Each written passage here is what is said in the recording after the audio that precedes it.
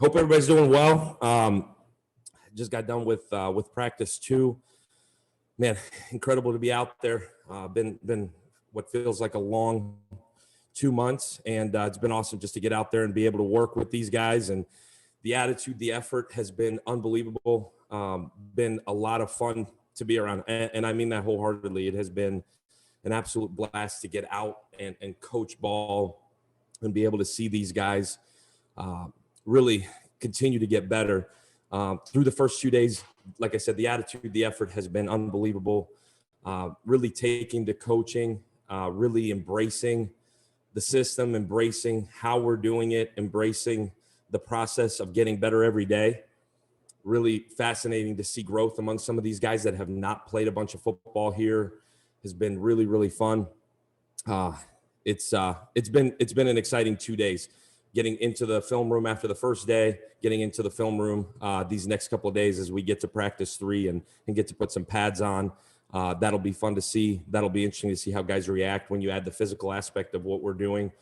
These last 2 days have been a lot of alignment, assignment, really executing without pads on, which is a big first step for us as we continue to build on the system. So really, really happy with where we're at. Really excited with where we're going. I think we got a long way to go, but I'm really, really happy with these first 2 days, the foundation we've laid so far and where we're going with it. So I'll take questions.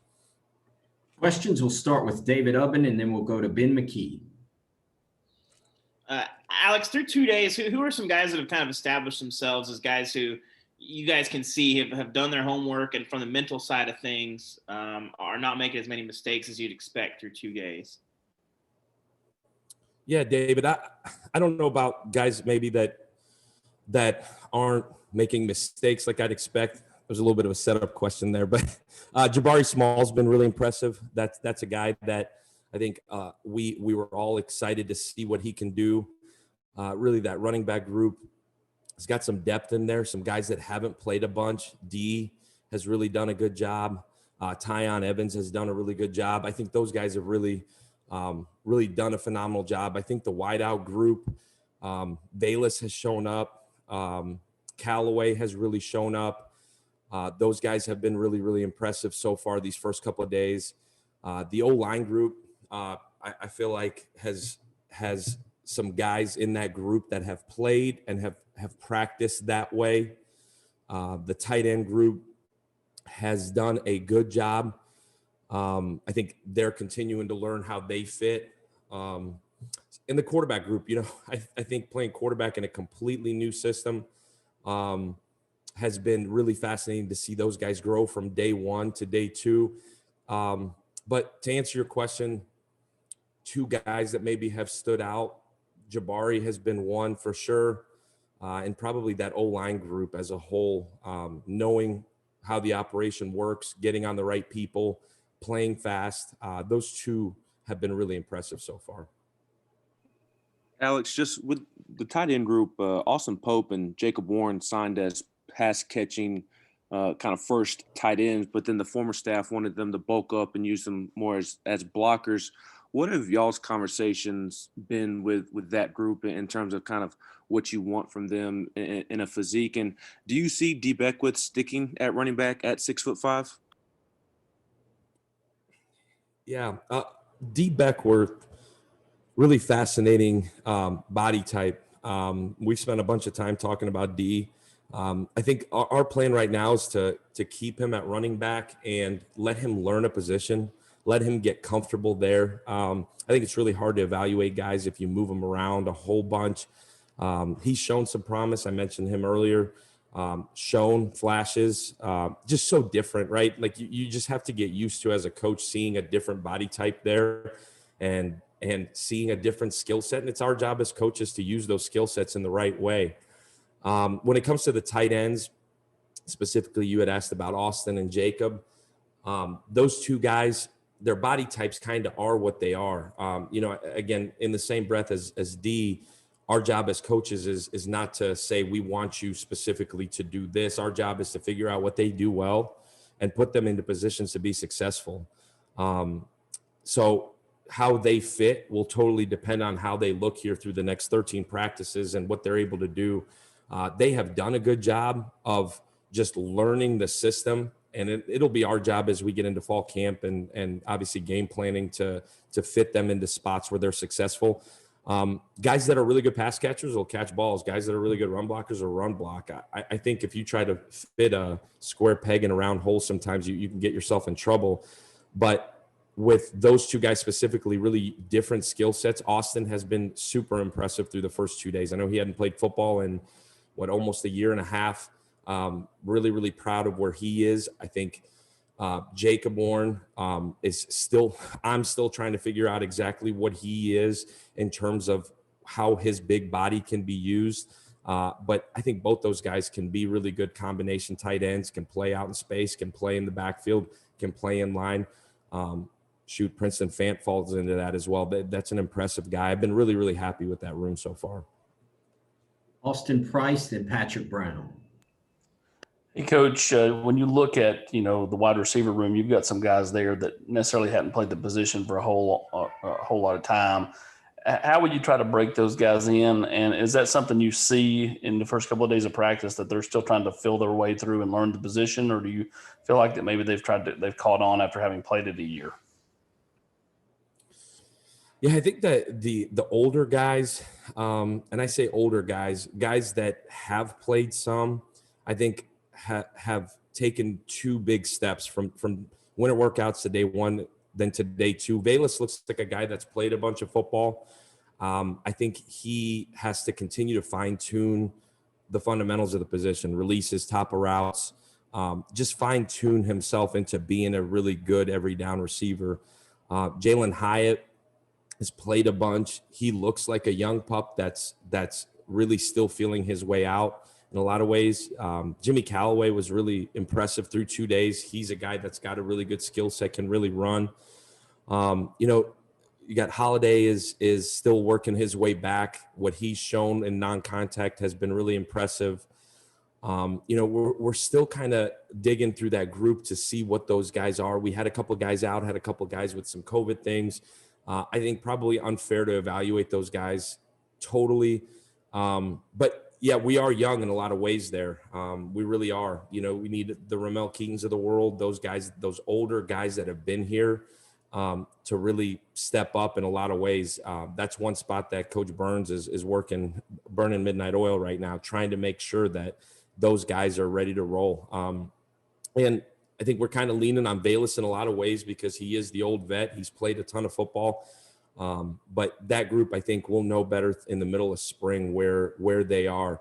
But we're pushing like crazy, not so much the older guys, but the younger guys there to step up in a big way.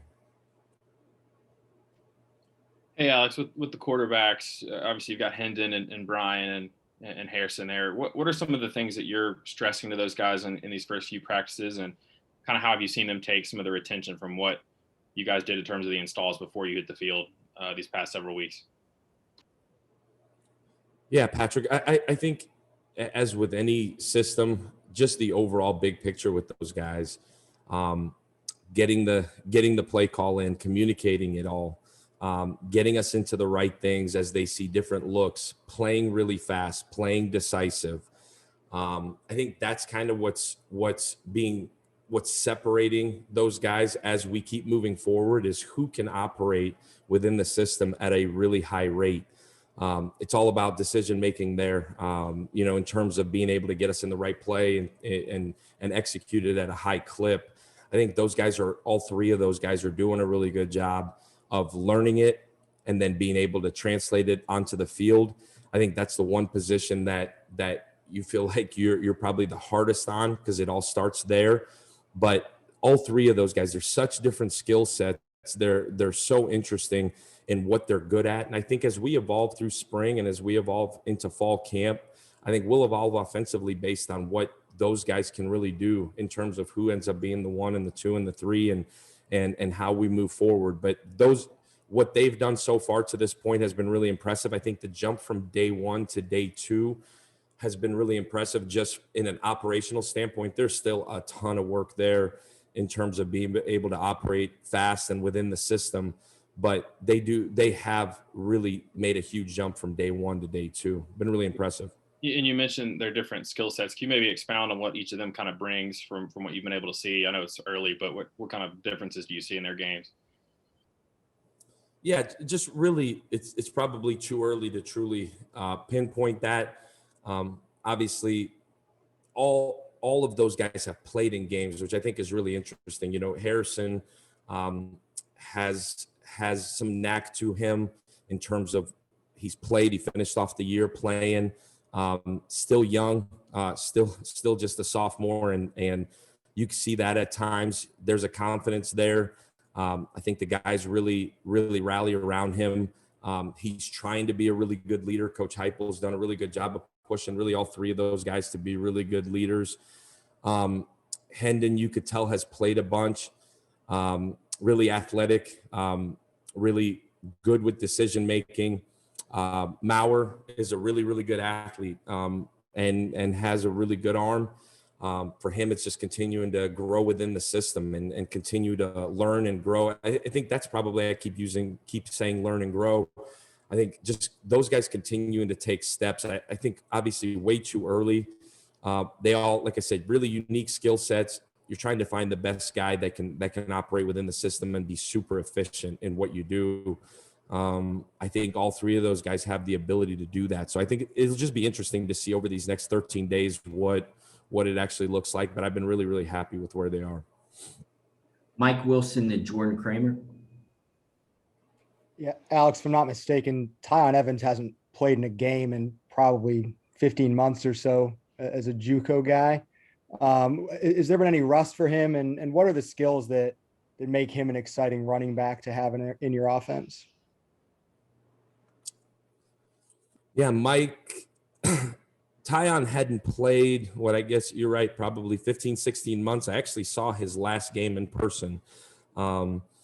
He is a really powerful, shorter back, high end athletic ability. In terms of, I mean, that guy can backflip standing on 2 feet, really twitchy, really athletic, really powerful. The rust probably real in terms of just seeing things. I honestly have been really impressed with Tyon. Really impressive in the pass protection part of it, really impressive with the ball in his hands, really high-end ball skills as a pass catcher.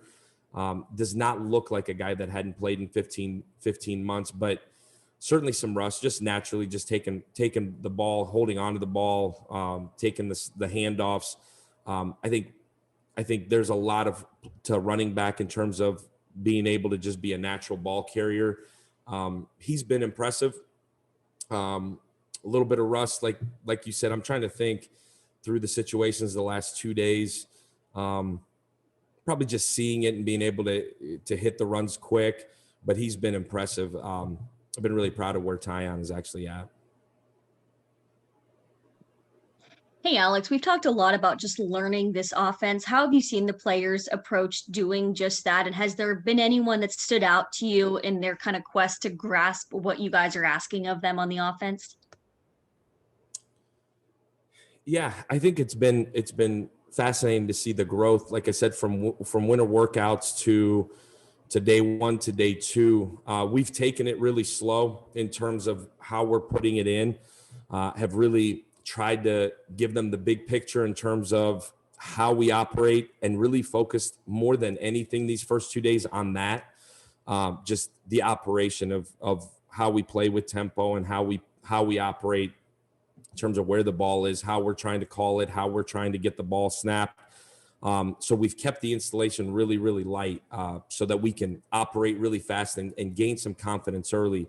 I think anytime you're putting in a new system, it's all about, obviously, the guys buying into it, the guys being able to operate within it, and developing a level of confidence here early in spring ball to leave, like today, for example, leaving and feeling really good at the end of practice with how these first 2 days went. I think it's super critical so that they can leave and have confidence going into putting pads on, and now where there's a physical element that's added to it. I think overall, really, as an offense, I've been really proud of the entire operation. Now, as we add things, them being able to comprehend them, see it, correct it, And I think the biggest point Coach Heupel's tried to make here over the first 2 days, both offense, defense, and special teams, is just don't make the same mistake twice. You're good as long as you mess it up full speed. We're totally good. We'll fix it.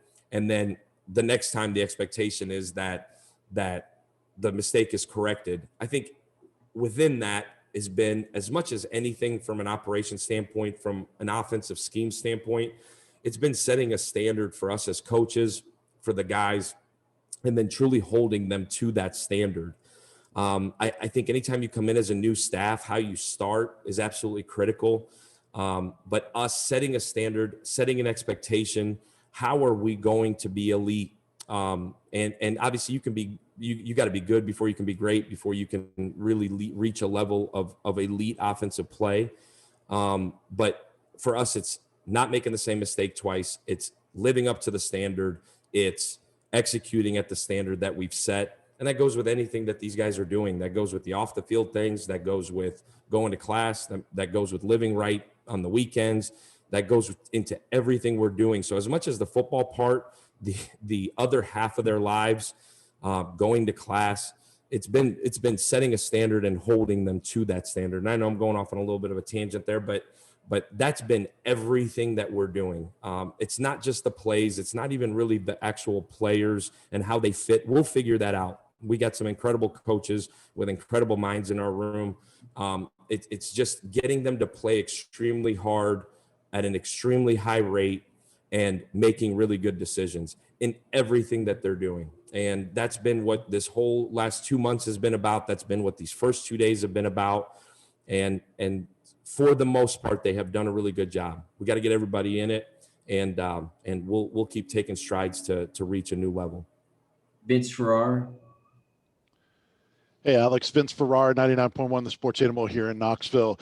You obviously, with your offense, you guys talk about it all the time, the tempo and the pace, but it was a much different offense and the personnel to that prior to. You complimented the offensive line earlier. Wondering what that adjustment has been like for some of those guys to the pace of play, and maybe, who's really risen up in now that higher pace they're being asked to execute. Yeah, Vince, I think it's so different than what they've done, what they were used to. That was completely being honest with you on this. That was my biggest concern going in is how will those guys operate within it? My first year, a year ago in Orlando, they were going into year 3 of the system. So that would never cross my mind in terms of those guys being ready. Obviously here, that was the concern in terms of those guys being able to just function within the system. Been really proud of how they've handled it. Again, I think it helps that there's a handful of guys in there that have played football. So just adjusting their thinking, adjusting how we're doing it. Glenn has done an incredible job. I think Glenn is if not the best O-line coach in the country. You'd have to show me one that is. The way he teaches it, the way it's installed for those guys, the system that he's come up with to be able to get those guys lined up, hear it, see it, and execute it is incredible. That's not to say that they haven't made mistakes, but they have stood out in terms of learning it, seeing it, executing it. I think us keeping it simple in terms of what we've installed, Vince, I think has been a huge part of that.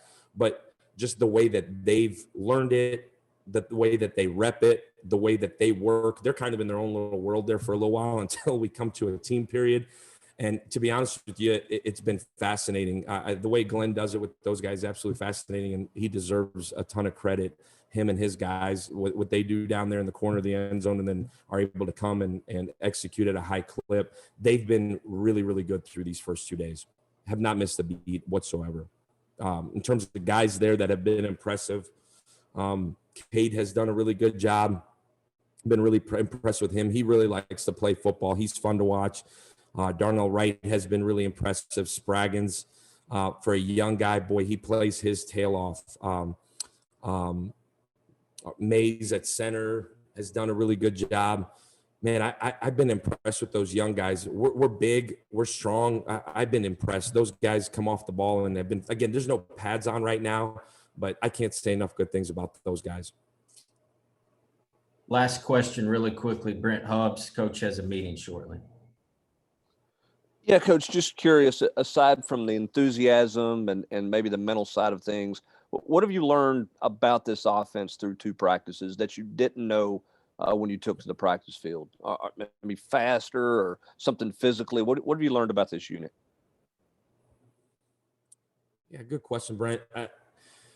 No pads on yet, so we'll find out here next week. That part of it, I'm really excited about it.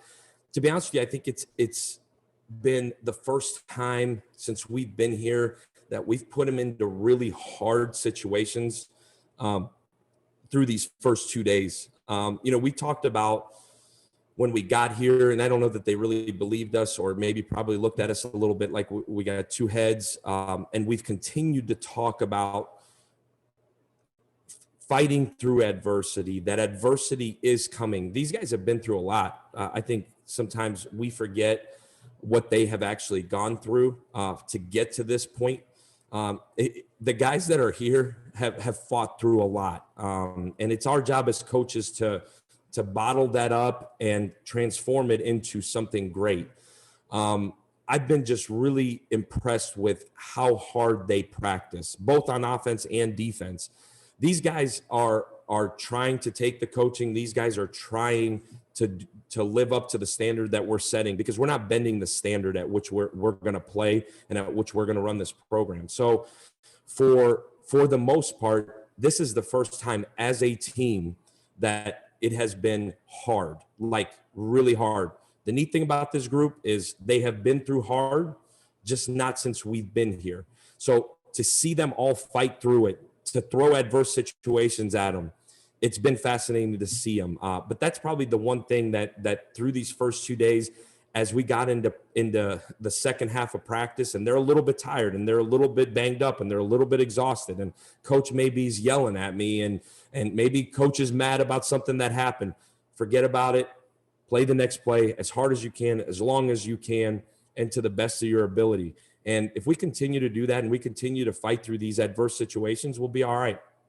I think continuing to put them into hard situations, us as coaches, and seeing how they respond, because all we're trying to do is replicate what it's going to be like when you line up at Neyland in September and you go. So Coach Hype has done a good job of trying to create hard situations, real situations, and then force them to fight through those. But I think that's, as we keep moving forward, that's where once we put pads on, now it's hard and you got equipment on and people are banging against you. Now what can you do? So for us, it's us as coaches setting the standard at what we want them to do, holding them to that standard, and then seeing how they react, and then coaching that, and then setting another standard for them. And obviously you want to have success early, which is why we've kept it relatively simple, so that as you continue to go and then you don't have success, you can coach off of that. And that's not cliche coach talk. That's real talk. For these guys to continue to fight, I've been really, really impressed. There's a really cool energy about this team, maybe a little bit of a youthful energy. And our job to continue to find the leaders and have them bring the energy. Because I think, the leadership part is what's going to continue to carry them through. And we need that leadership to become player driven here as we go through these next 13 practices. Thank you, Coach. Thank you, guys. I appreciate it. Go Vols.